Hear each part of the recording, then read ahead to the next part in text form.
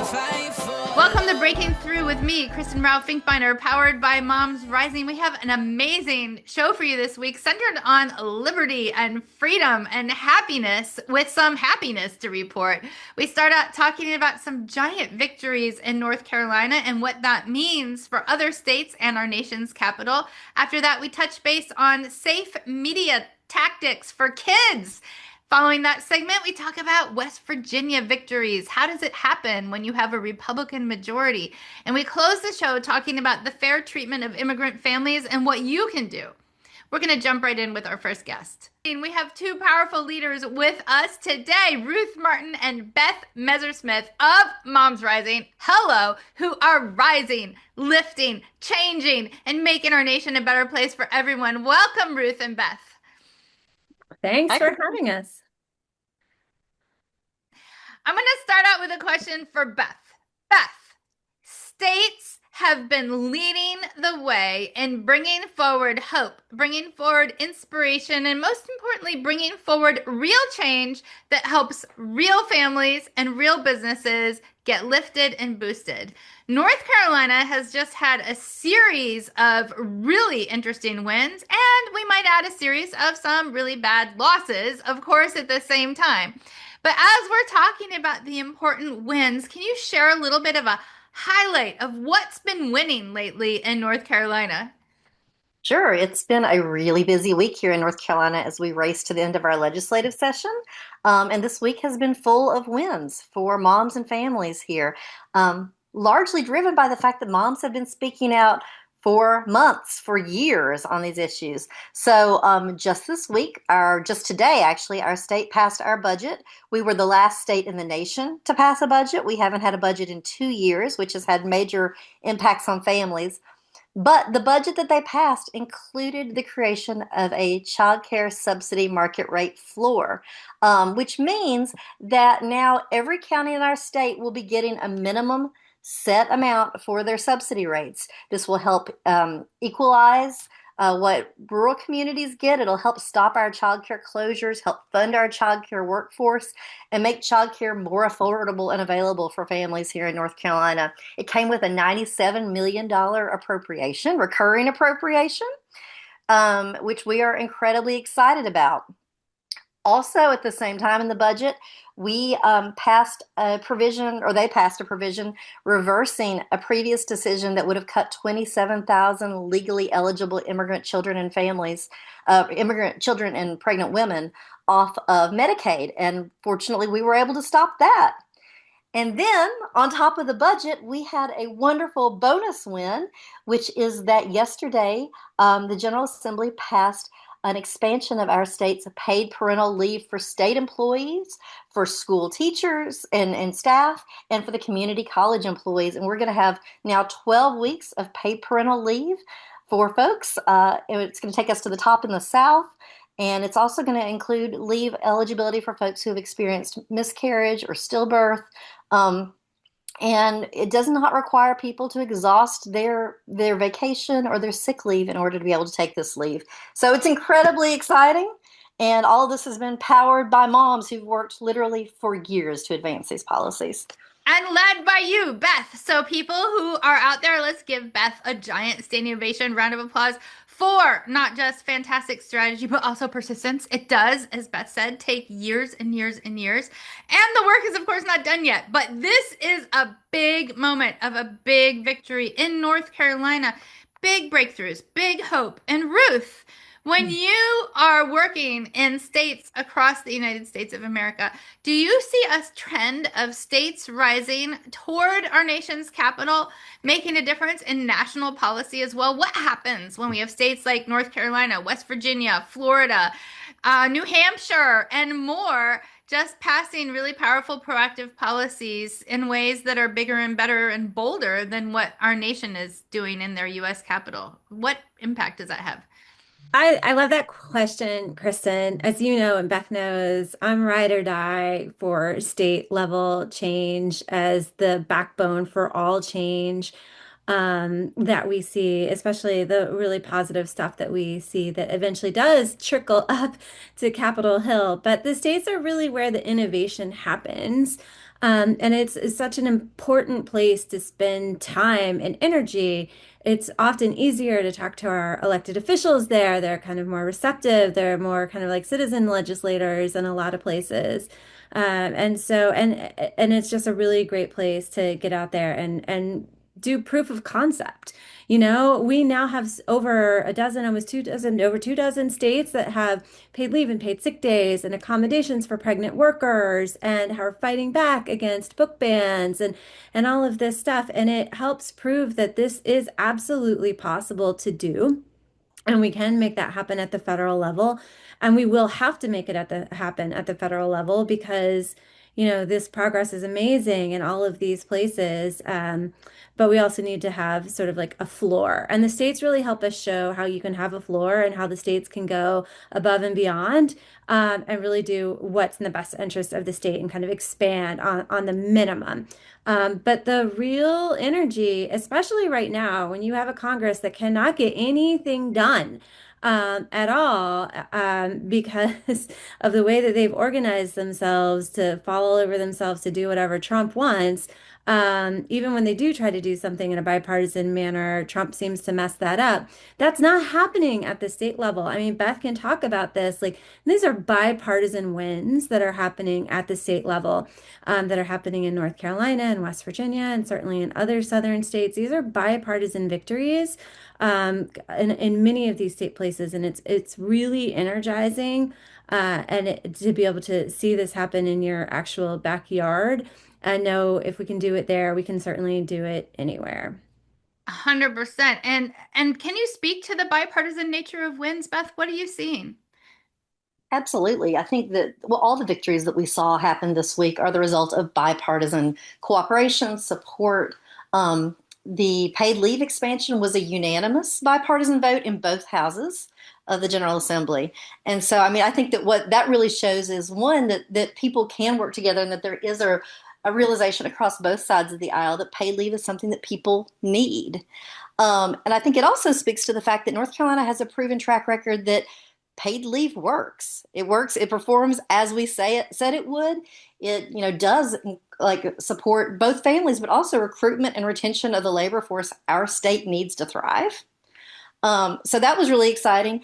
On the childcare pieces, we've worked very closely with Republican lawmakers as well as Democratic lawmakers who understand why childcare is critical for families in their community, for small businesses in their community, especially in rural areas where people really need those kind of supports in order to be able to put food on the table.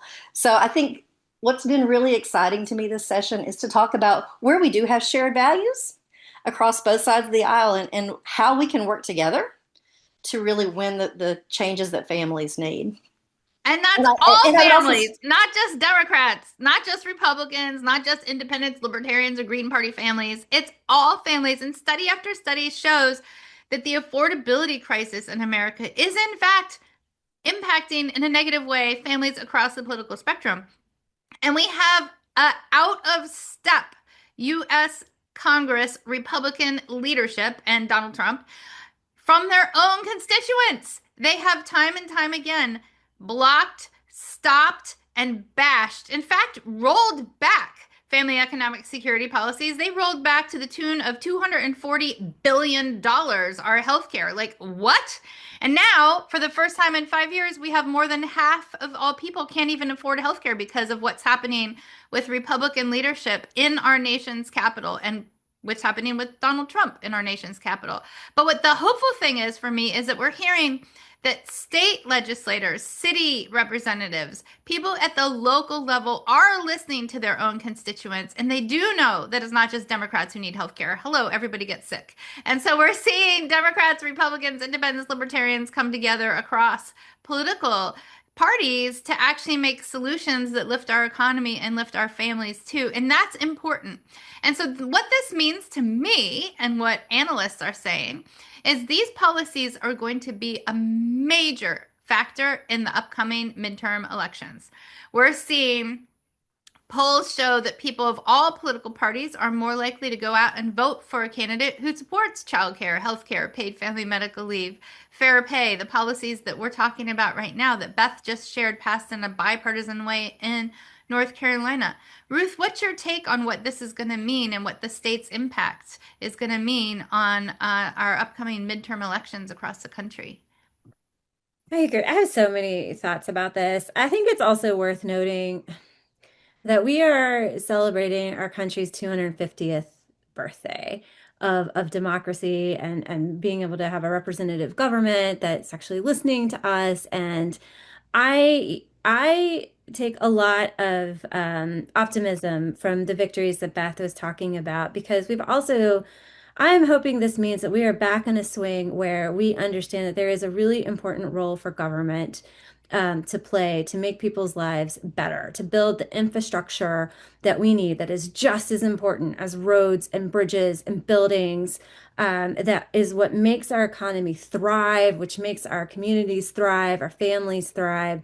And there's a really important role that government plays in that. And despite all of the chaos that Donald Trump has invoked on the Hill and his efforts to serve Donald Trump and Donald Trump's family alone, I hope that these victories are putting us in the spotlight and going back in the right direction of how we can actually pass meaningful policies in common sense ways and get things done, which is what moms want to do all the time, right? It's just we have a to-do list, we need to get this stuff done. So I feel good about this. I think these are really important wins and victories that we need to lift up and celebrate. There is so much more work to do as we continue to strive to be the country we know we can be. But I think as we kind of reflect right now, both on, like Beth said, the last year, the last several years, the last several hundred years, we there's room for improvement. And I think what we have seen with this bipartisan wins, these state level victories, is that real kind of stick-to-itiveness, that grittiness that we often pride ourselves on as a country, and how we can continue to make that happen in a way that is helps us live up to our ideals. Yeah, make that dream of building a better tomorrow possible and a reality. We only have about a minute and a half left. Beth, how can people take action? And then I'm going to ask you, Ruth. Beth, how can people take action? I mean, I think that there's so many ways to take action. If all you can do is send that email, we've heard from lawmakers. It matters if they get emails. It matters if they're hearing from folks in their counties. If you could show up when we talk about decision making, it is local. If you can meet with your lawmaker when they're at home in your community, if you can sit down at your local coffee shop and talk to them about what your life is like, what it's like to try to pay for childcare that costs more than your mortgage, and make sure that they can really hear what people in their communities are experiencing. Your story is powerful. You don't have to make it to Raleigh or to any of the state capitals across the country or to our nation's capital in order to make a difference. All the different ways you can fit in action in your day-to-day life, they add up because we are a strong force together. Absolutely. Thank you for that. And Ruth, what about you? I second everything Beth said, and I'm just going to plus up that the togetherness part of it is really important. We can do all this stuff together, and we can also make it fun. So everything that Beth said, I agree with, and I think right now is also a time to find some joy and delight in doing this work together. That is so good. So, people who are listening, your audience, our audience, all of us together, you can go to momsrising.org and for free, we will help you take action. We find the moments when your voice matters the most at the state and federal level. And then we open avenues for you to be heard by leaders across the political spectrum who have the power to make the differences we all need. So thank you, Beth. Thank you, Ruth. Thank you, everyone, for being on. Thank you, thank you, thank you. We're going to take a quick break, but stick around. We'll be right back with our next guest talking about safe media consumption for kids. Tips for you. We'll be back in a moment. We're so thrilled you're joining us because we have an important conversation right now with Brenda Bisner, who's with Cadoodle TV. Welcome, Brenda.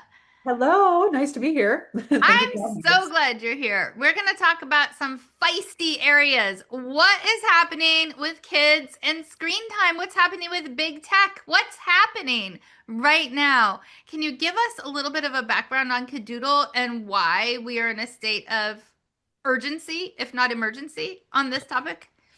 Well, if I can say that we got a cute pair of shoes a few years ago and now everybody's looking to find those exact shoes, that would be one way of putting it. What's going on? If you are a parent or have ever seen anything on a social media platform, everything coming up in your feed right now is around screen time. It's making you feel bad about it. It's on the news. There are bans every single day that we're hearing about trying to keep kids off. Screen time is the enemy. Parents are doing it wrong. This is the conversation, this is the dialogue, and that's what we're going to talk about today. Because parents, I know that a lot of you are seeing this. I'm a parent too, and you're not doing anything wrong. You're not. You're just trying to survive. And screen time is not the enemy. We have to teach our people how to use these things appropriately. Just like when we were little and we would go out to a park, it was don't talk to strangers, look both ways before you cross the street, and by God, all means, don't go down a dark alleyway full of drug addicts. That was the rules at play. And we've got to find similar rules in our houses because the only people, nobody's going to advocate harder for your kids than you. And those rules happen at home around the values that you put in place. But right now, everybody's catching up. There's a problem. There's a huge problem out there. What kind of rules? I was like, yes, I agree with rules. What kind of rules are most effective right now? I mean, it's a changing media environment. And so Right. these rules are going to be changing all the time too. And Mhm. parents are having a hard time figuring it out, understandably. So, what kind of rules are working right now? And can parents get connected with Cadoodle TV to find rules for the future too as they emerge? Yeah. I mean, look, there's a couple things. It's a big topic to cover, but I will say that the kitchen of every house is the heartbeat of the house. The conversations that you're having in the kitchen, the conversations that you're having at your dinner table, the conversations in the car, what are you watching online? What's going on? If you haven't given social media to your kids yet, they're probably asking you for it. And the question in my house is what's the point? What are you going to do with it? Make me a business plan. Show me how you're going to utilize it for the benefit of your future as opposed to just going and doom scrolling. That's a side note, but I will say that, the conversations that need to be had, you have to ask your kids what they're doing online because even if you do not give them social media, they will be in a TikTok video. They will be seeing it from another person, and kids are crafty. There's a famous Instagram meme, like, no one works harder than a crackhead who needs a fix. If you tell somebody that they can't have it, and they used to be able to have it at 13 and now they can't have it at 17, they're going to find a way to get that. They're not stupid. They're a lot smarter than us.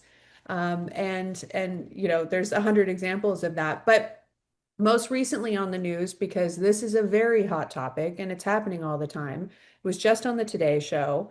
It was around Snapchat, and it was these three moms. Their kids really wanted Snapchat. So they went on Snapchat and they made profiles and they said they were 13. And by goodness golly, they had quite some stories.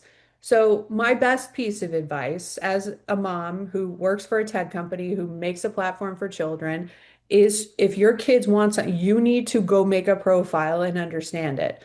If you've never been somewhere before, you're less likely to let your kid go look in the window down there as if you had been there and you know what the environment is. It's really important to know what the environments are because there are two kinds of platforms that exist. An open platform where anybody could put anything on. That could be a terrorist video, feet pics, you name it. I mean, I can give 100 examples. Or it could be a closed platform, which is what Cadoodle is. And that is it's a door that you have to get through, and everything is watched every single second from the content to the adverts. So no kid will ever be exploited to something unsavory. And unfortunately for us, that was born from the fact that our founder's son had seen something that really upset him. And so we solved that problem and we made Cadoodle. And we've been around a long time doing the good guy work, right? They always say the good guys never win, they finish last, or whatever that saying is. We stuck to our values. Trust was important for us, and the safety component was what we built the foundation on. We never retrofitted. So all this stuff that's happening is just a regular Tuesday for us. It's like, Yeah. it's not a compliance scramble. It's like, ha, yes, see, we were doing it right. It's just further validating it. I love what you said about there being endless changing platforms and types of media and ways to watch it. And that the number one thing in that is for parents to be on the platforms that their kids are on. So you know what rules to make around what they're seeing. I mean, how would you know? It would be like, don't look at the elephant, but all there are chickens, right? Like, we need to be able to be in the same place with our kids in order to help advise, guide, and work with them. And how do parents and kids get involved in Cadoodle TV?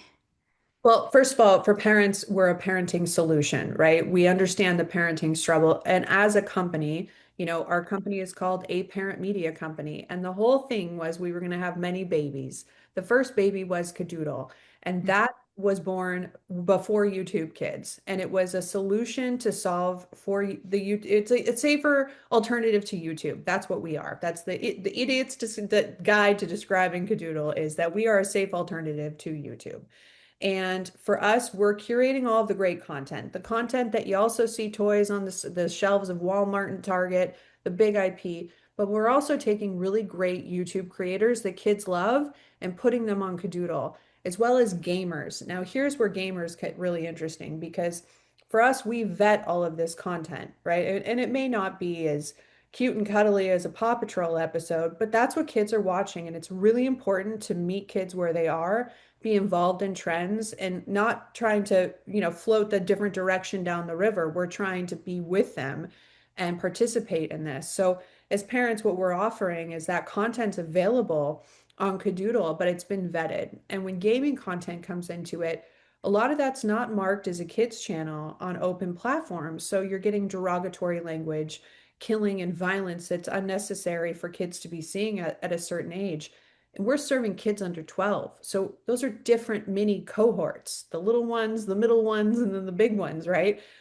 So we're vetting all of that content. And if they see it somewhere else, they're highly likely to be led to a first-person shooter game or a game that includes prostitution and hear language that they probably shouldn't be hearing, well, unless, you talk a certain way in your own house. But, that's a different conversation.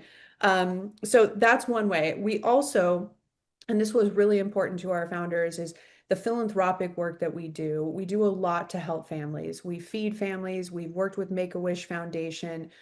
We do big donations to education. So we have something called Teachers Corner that's available in schools where YouTube is not allowed to be there. So we're really trying to give back to our communities, and we want to hear from parents. We have a very active parent audience because these early years, parents are involved. And yeah, we have parental controls, and that's a really big deal. And ours are really, really great. And we have studies around how great they are. But there's two kinds of parents: the kind of parent that's going to make a parental control for their kid, and the one who's not. And even if you do, and there's no right or wrong on that. I just want to say that. But even if you do, there comes a point where your kid's going to figure out how to hack the system.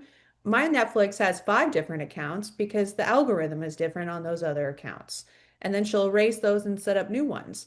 So you can stay ahead of the game so much, but at the same time, we want our parents involved. We want to hear the stories. We're very open and active. You can communicate. We're all connected to a child in some way. And the work we do really matters to us. And it's 24/7, it's not glamorous work. The people who vet the content, they're the pride and joy. They watch every second and they take it seriously because if they miss something, they know the repercussions that that could have. So yeah, we may be a little slower to get a show aired, but we're going to get the show aired and it's going to be nice and clean. There's no chance you're going to get an infection from the sheets in the hotel room. Yeah. What types of content is the most popular on Cadoodle? A lot of the YouTube content that I mentioned, we have some of the biggest YouTube creators that are out there on YouTube making, really have really big audiences and make lots and lots of money. So that could be like Nastia, a huge brand. We have Lively Lewis Show, another really big, really great YouTube family. They work together with their kids. And when we're looking at these creators who have their kids involved, we want to understand more about that relationship. How are those dynamics? Are those children wanting to participate in the work that's being done, or is it something that they feel like they have to do? because during COVID, before the FTC ban on YouTube for violating the Children's Online Privacy Protection Act, a lot of these kids and families were making, 40 million bucks a year, and mom had a new Range Rover, and that's awesome. But, they were targeting children, and that was not appropriate. And really the rules around, are these kids okay, started to be a big conversation that was coming up. So that's something we really vet very thoroughly. The gaming content, some of our highest, the Roblox gamers, Minecraft, Nintendo ambassadors, a lot of that content does really well. There's a new drop of a game coming out. We have that content, and that's like tricks and fun facts on how to do better in the game. Kids love that. It's mind-numbing content sometimes for a parent who's never played it, but it's really interesting for them. And then you've got the big brands, from your SpongeBob to your Barbie to your Thomas the Tank to Paw Patrol, Ryan's World, another great YouTube brand as well. And we really try to cover the ground from everything that's really big IP to those really big YouTube families and kids to the gaming content that exists, to really hit all of those targets. And we have multi-language, because we know that not all households have English as the first language, and we're in 160 countries. So, it's not just you can only find it here. And the best part is we're free. There's no barrier to entry. So no matter where you are, you can access it, and it's not another cost to you. Because on your TV, I bet you have a lot of apps. And inside of those apps that you're paying for, you still have ads, which is the new way of business. And the kids section's tiny, and you got to go search for it. And even on big platforms where you have your profile, you may forget to close out, and then suddenly Barbie's coming up in your recommendation because your kid wanted to watch it and forgot to change the account. So, you do the best you can, but at the end of the day, the phone has been in front of your child's face since the moment that they're born. You've been taking photos, you've been online, you've been talking, they've seen it, they know it's a thing. So the boundaries, that are set around it and the rules, well, that's, family dependent, and we're happy to supply guidance and wisdom, but ultimately, there's no guilt a parent should carry around feeling bad over screen time, or that, they feel like they're out of control. The platforms are designed to keep you addicted to them. They're working exactly right. They were built for, financial gain and algorithms. That's just the way that they're made. They're operating efficiently. But as a family, and as a new parent, it's really important to set those standards that time is only allowed, this much. I have another point to add to that, and then I'll let you talk, is, agency. Kids are trying to, have control, and you want your child to be responsible and be able to make good decisions, because we had a marketing campaign years ago. It takes a second for something to go wrong, and streaming is no different. And there's a million decisions you have to make a day, good decisions and bad decisions, and you weigh those as an adult all the time. But to teach your kid about decisions, do you think it's a good decision to be on your screen when you haven't done your homework? Do you think it's a bad decision?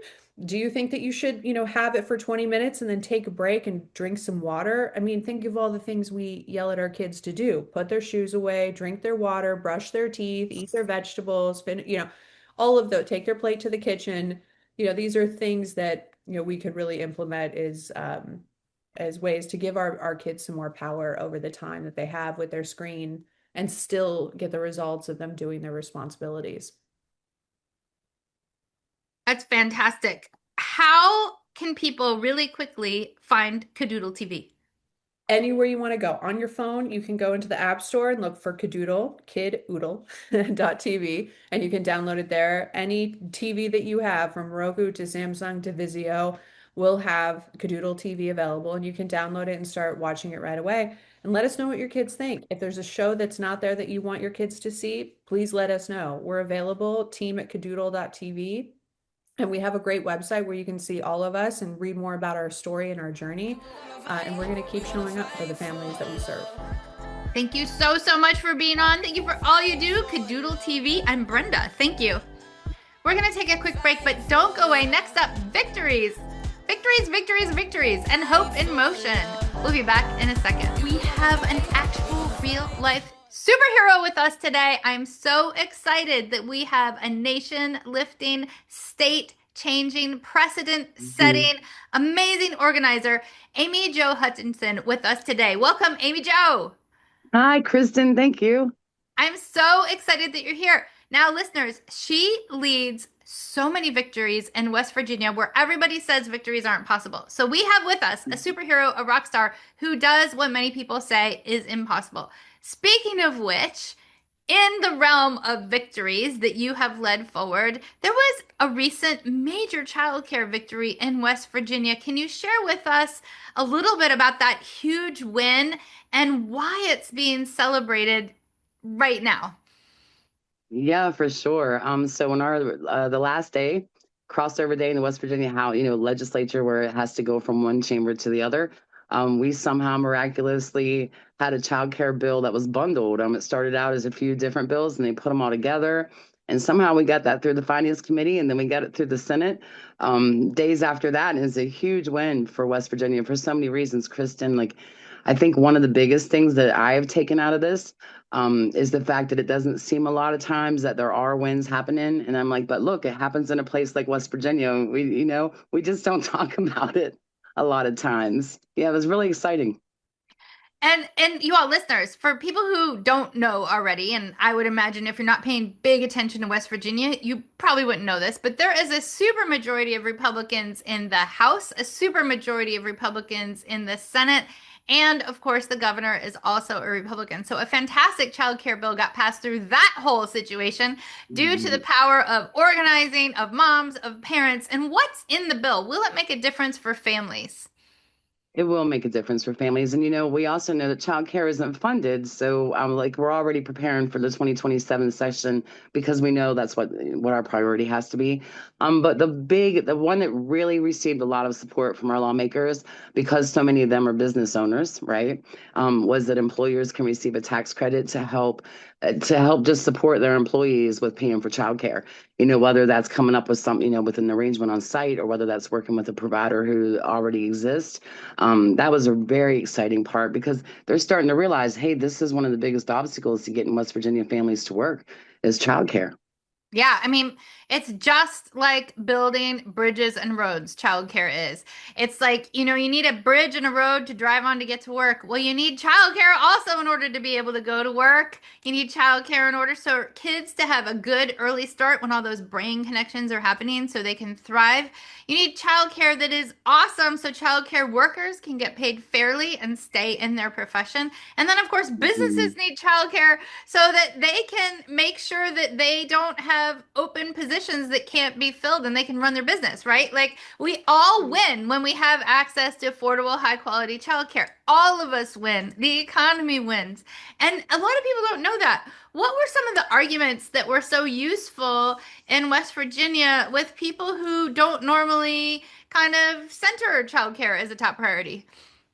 Yeah, I think that was just it though, right? Is because it doesn't matter which career you have. You could be a retail clerk, you could be a brain surgeon. If you have children and you're a working parent, you're going to need quality childcare. I mean, so I think that the just the universal theme of childcare and that it really does affect all of us, not just a certain demographic. I think that was a part during the House Finance Committee meeting. Actually, one of the delegates spoke up and said, as a small business owner, he has children in his office all the time because his employees don't have childcare. I mean, so I think we just really leaned into that truth, is that Yeah. this is for everyone. It's not just for a small select few.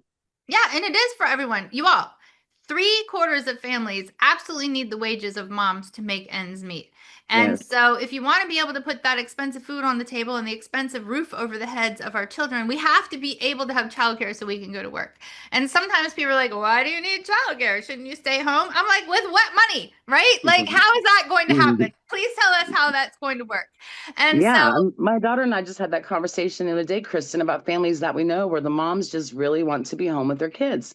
And so the choices are, do you survive in poverty, or do you sacrifice that family, vision, I guess, dream that you have to go and find a childcare provider? I mean, so it's really wild here. And we tell people as soon as you find out you're pregnant in West Virginia, you have got to start contacting childcare providers yep. because the wait lists are that long.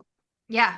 Yeah. And in fact, before you're pregnant, in many places, you need to start contacting childcare providers. Yeah. There are childcare deserts everywhere. And that goes to the importance of paying childcare workers living wages. Right now, childcare workers are some of the lowest paid workers in the entire United States of America. But that means that we have people pushed out of the profession who are really good at it because they can't Right. afford to raise their own kids as a childcare worker. So Right. that's part of the solution equation too. I just think it's so, so, so important to have victories like this in West Virginia because it shows that this isn't a Democrat issue. This is a Republican, Green Party, or any kind of other party issue.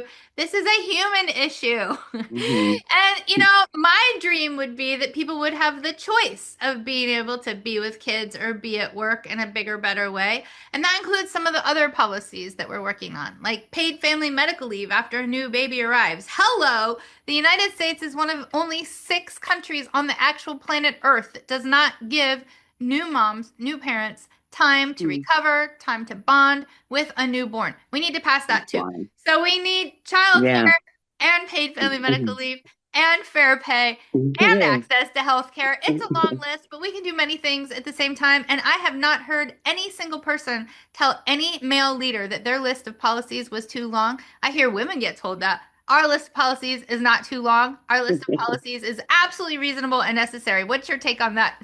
Yeah, Kristen, we actually brushed up against that on the Senate part of this policy push. You know, we actually received a message that said, "Hey, we can't tell you not to do this, but demanding things isn't really the way that, to go about it." And so I'm like, "Oh, they pretty much, in my opinion, just told a group of women to sit down and be quiet." That's how I took that, And so then we started organizing men. We were like, "Hey, men, we need allies. This is your business too, right? Like that's your child that we're talking about." And so we just really went heavy into laying on the men to have them call because I'm like, they're not going to tell a man to stop communicating with them. They're just Yeah. not going to do that. We Yeah. need to organize everybody. People of all genders need access to health care and Yes. Anyone with the belly child care button. and paid family medical leave and fair pay. Like, hello, this is not a gendered issue. No, it's So, not. And it's so intersectional, right? Like, I mean, we just had events across the state last week and we were talking about care, and talking about paid leave and all of the issues. But like, we have folks who are traveling an hour and a half to deliver a baby. yeah, That's the nearest hospital. And so those are the same folks who are traveling an hour to find someone to watch their child so they can work. It's a lot. it's too much. No Yeah. person can do this on their own, right? No. Like, this is, some people in the United States, I'm not naming names, but I will say that rhymes with malignant Cheeto, are blaming parents for this, especially blaming moms for, not being able to afford childcare, not being able to Hmm. make all the things happen. But no, we have a structural problem in the US that many other countries have solved. It doesn't take rocket science. We know how to do it. And so, Amy Jo, you, the superhero, broke through what types of uh, actions and engagement with moms made the most difference in West Virginia that could be lessons for other states. Yeah, you know what? We try to point this out a lot. Like it took us 5 years. And I think maybe that's the point that I really want people to realize is that this doesn't happen overnight. And if we would have gone into that expecting that, we probably would have given up 4 years ago.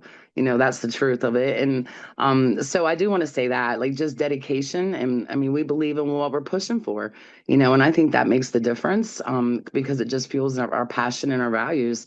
Right. So a great coalition, if you have that ability, was a huge help. But then also, I think really, I mean, we went out into the communities, and I think that's the biggest difference. For the past 3 years, we've had sessions of town halls, where we've gone from county to county, and we've gotten in front of groups of just community members who rely on this stuff, and we've kind of taken the attention a little bit off of the lawmakers and put the attention back into the communities and to the people that these policies are affecting. And it just seemed to be the perfect moment. I mean, people wanted, I think sometimes we're just so bogged down because there seems to be so much stuff that we just don't agree with, that we don't understand anymore happening when it comes to our government. And I think that we were just looking for a moment to feel like we were doing something, and childcare was the perfect moment. It is the perfect moment, and it Mhm. was a perfect victory It led was a by perfect Amy victory. Jo. What is it bringing you hope? What's bringing you hope right now? Oh, yeah, absolutely is, Kristen. I mean, this is real talk. Like I've been organizing here in West Virginia for like 13-ish years, and for the first time, a lawmaker actually said on the floor that this was because of citizen activism. I mean, so, and then other delegates and other senators took to their social media pages, what we need is more citizens at the Capitol. Like, they realized the difference between our win and the difference in everyone else's losses was the fact that we had this humongous grassroots movement behind us. And so I think it's just reignited the passion and reignited the fire behind building grassroots stuff. I mean, it's been a while here, probably since pre-COVID, since West Virginia's had a real just even what I would consider to be a slightly resistance movement, as far as being organized. And I think that people are just like, whoa, I have to do something. And sometimes that's one email, but whenever you have over 1,000 emails going to these small offices, that's a lot, right? And it gets attention. And so, I mean, it's just totally reignited the spark here, I think, behind grassroots organizing. I love it. Behind the power of the Yeah, people. Hello. absolutely. So this means a lot about the midterm elections too. In fact, I think everybody should check that they're registered to vote right now, make a plan to Yes. vote, get your friends, family, and neighbors in a little group to vote. What do you think this means for our nation and for West Virginia, this win? Yeah, it'll be really interesting in West Virginia. We had so many women in the primary, which was just refreshing. And again, I think people are just not just ready for change, Kristen. I think we're done talking about it, Yep. right? And I really think that there's starting to be this just fire and movement, power behind this movement of what are we going to do? I mean, I always tell folks you can't be a complainer and a doer at the same time. You have to pick one or the other, right? And so, yeah, I mean, there's a switch in the energy around here. People I want to love that. see response, right? Like a response that we are okay, that agrees with most of us, you Yeah. know. Yeah. And West Virginia is part of a rising tide of states doing just amazing victories. We saw huge victories in Florida this past couple months, huge victories in North Carolina just this week, huge victories come moving forward in Pennsylvania. I don't want to count any chickens before they're hatched, but I'm seeing some hatching chickens in Pennsylvania and huge victories in New Hampshire just this week too. I mean, like there are big changes coming out of places, to your point, that are done complaining and ready to start acting out. How can people get involved, both in West Virginia and nationally? Yeah, well, they can go to momsrising.org and sign up, right? And we also have a West Virginia Moms Rising Facebook group. They can join that, all the usual channels, really. Yeah, I Social mean, and media it, is a big one for us here, Kristen, honestly, in West Virginia. It's especially Facebook. It's probably one of my strongest organizing tools here in the state of West Virginia because everyone's on Facebook. So yeah, for sure. And the thing that you said earlier, just in closing as a tip that I thought was really important, is that you don't have to do everything to make a difference. Like Moms Rising will give you a lot of different ways to take action, but you don't have to do all of them. And can you just share a little bit about that as we run out of time? yeah, so I mean, we tell everyone here like there's a spot for whatever you think your gift is, right? Whatever it is that you want to bring to this work. Maybe we're gonna have an event and you're the woman who likes to make sandwiches and pack coolers for people. We could use that help, right? I mean, so it doesn't have to be intimidating. And so it also doesn't have to be a place where you don't feel like you belong because we all belong there, right? And then hopefully we'll bring friends because it's easier to be in awkward places when you're not by yourself. I love that. Thank you, Amy Jo Hutchinson of Kristen, West this was so Virginia, fun. leading West Virginia to unprecedented victory in childcare and more. Thank you, Amy Jo, superhero. Thank you. We're going to take a quick break, but we'll be right back with fair treatment of immigrant families. It's such an important topic. We'll be back in a second. We have a spectacular nation-lifting guest with us today, Wendy Cervantes of CLASP, which is also the Center for Law and Social Policy. Welcome, Wendy. Thank you. Glad to be here. Wendy, you are Director of Immigration and Immigrant Families at the Center for Law and Social Policy, and there has been a lot going on. And Yeah. I just have to say right now that immigrant families are so important to our country, so important to our families, to our communities, to our economy. And yet, Donald Trump and his MAGA sort of supporters in Congress, Republican leadership in Congress, have been pulling the constitutional rug out of immigrant families, out from beneath, and really doing a lot of harm to families, to our economy, to our communities. What is happening? Oh, well, it never seems to end, whether it's going after, tearing families apart through mass deportation or trying to restrict access to basic health care and housing. Or trying to even restrict access to thick programs like Head Start. He's really been relentless on this really sweeping anti-child and anti-immigrant agenda. And just this past week, there was this critical decision on birthright citizenship, which is something that he was actually essentially trying to take away citizenship from even newborn babies. I mean, it's appalling. And can you share with our listeners what happened with the US Supreme Court decisions recently? Yes, I mean, we were all holding our breath. And of course, on the very last day, just this past Tuesday, we had the final decision day. And in a 6-3 decision, the Supreme Court ruled that the executive order that Trump issued on day one of his administration on birthright citizenship, which would have redefined birthright citizenship as we know it and severely restricted it, was struck down. And so that by striking down the executive order, they upheld birthright citizenship as we have always known it to be. And I mean, at the end of the day, this was fundamentally a question about who belongs in the US and who has the right to citizenship, as well as how our country treats babies in the earliest days of life. I mean, it's horrifying. And when I saw that, I couldn't help but look at the pictures of Donald Trump and many major Republican leaders who have mixed immigrant families, right? Like, what is happening? I'm like, what is actually happening? How can you stand there? Not you, Wendy, but you, President Trump, you, many other Republican leaders stand there, proudly embracing your family, but saying that nobody else can have their family. Like, what?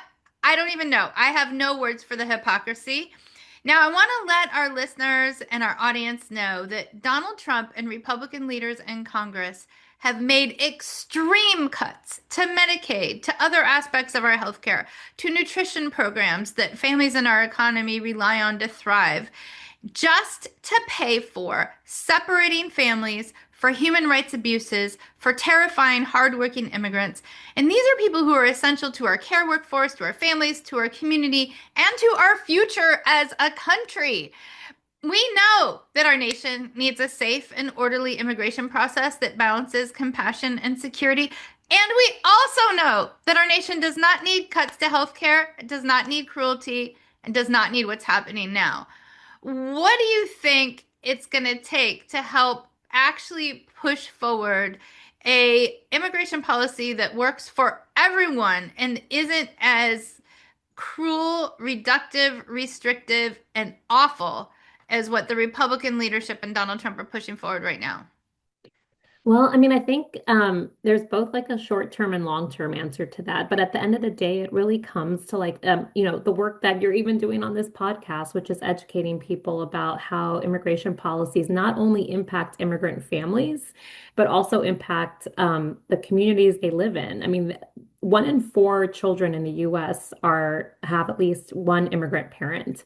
And so this agenda that is, taking away money as you so adequately and correctly laid out, which from some of the programs that support kids and families to do well and thrive, and taking that to fund this mass deportation agenda that is separating families and putting kids and families in detention centers is is is really harming all of us. I mean, even looking at the birthright citizenship decision, if that executive order were ultimately allowed to have moved forward and to stand, all babies, like every single family welcoming a new child would have had to suddenly face these new bureaucratic hurdles to be able to prove their child's citizenship in those first days of life, which could have created delays in critical care, like all those screenings and vaccinations that are so critical in those first minutes to the first days of life. And it would have created a nightmare for hospitals, and it would have led to millions of children being born every year without citizenship and being born stateless, and creating this second class of people in our country moving forward. And in fact, there would have been 8 million children born in the next 2 decades alone that would have been born without citizenship. And that has implications for all of us. So it's important to keep in mind that these attacks on immigrant families are attacks on all of us and who we are as a country, who we stand for as Americans. And it's why so many people around the country are standing up to stick up for their neighbors and who also recognize that immigrants are part of this community and they belong here, and every child belongs here.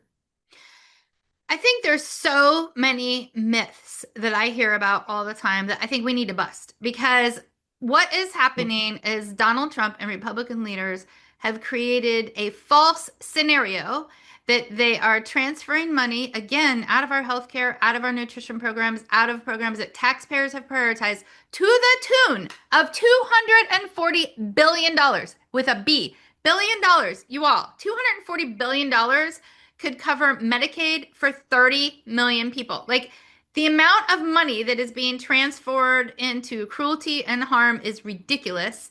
And the hypothesis on which this money is being transferred is false. So let's bust some myths. First of all, there is study after study, including from Donald Trump's own FBI, that immigrants are far less likely to commit crimes than people who are not. Can we talk about this? Am I right? What do you think, Wendy? Is that premise that they're basing things on wrong?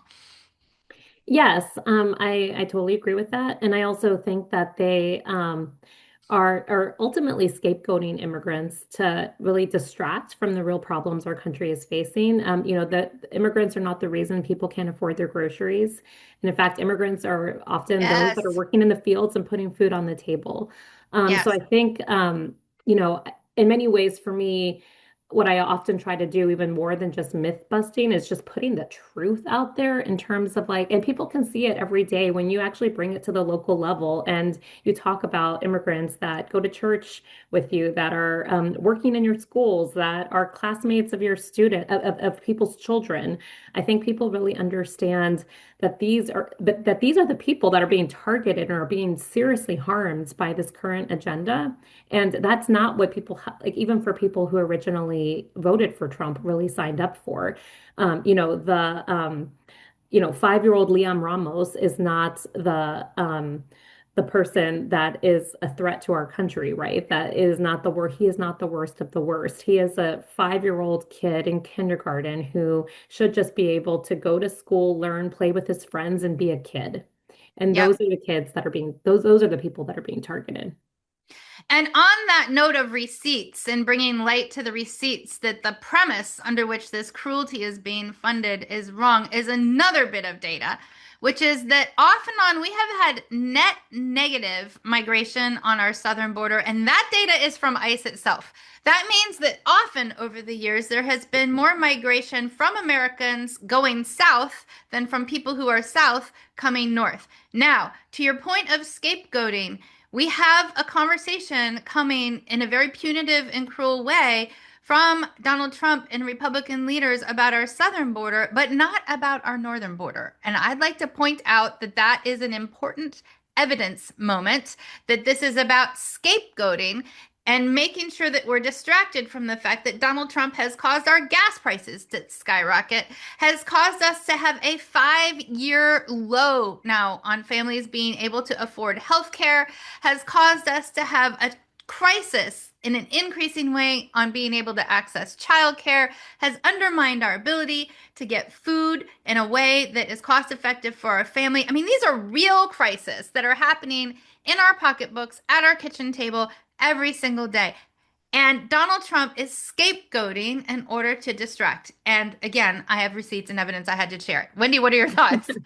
Well, no, and I think your point about the southern versus the northern border is an important one because it really goes back to like the racist roots of Yep. the of who they're blaming, right? They're blaming brown immigrants that are coming from south of the border, of which I am a daughter of one of those Mexican immigrants, so I take that very personally. He's made it so that being even someone who looks like an immigrant in this country is now a risk factor.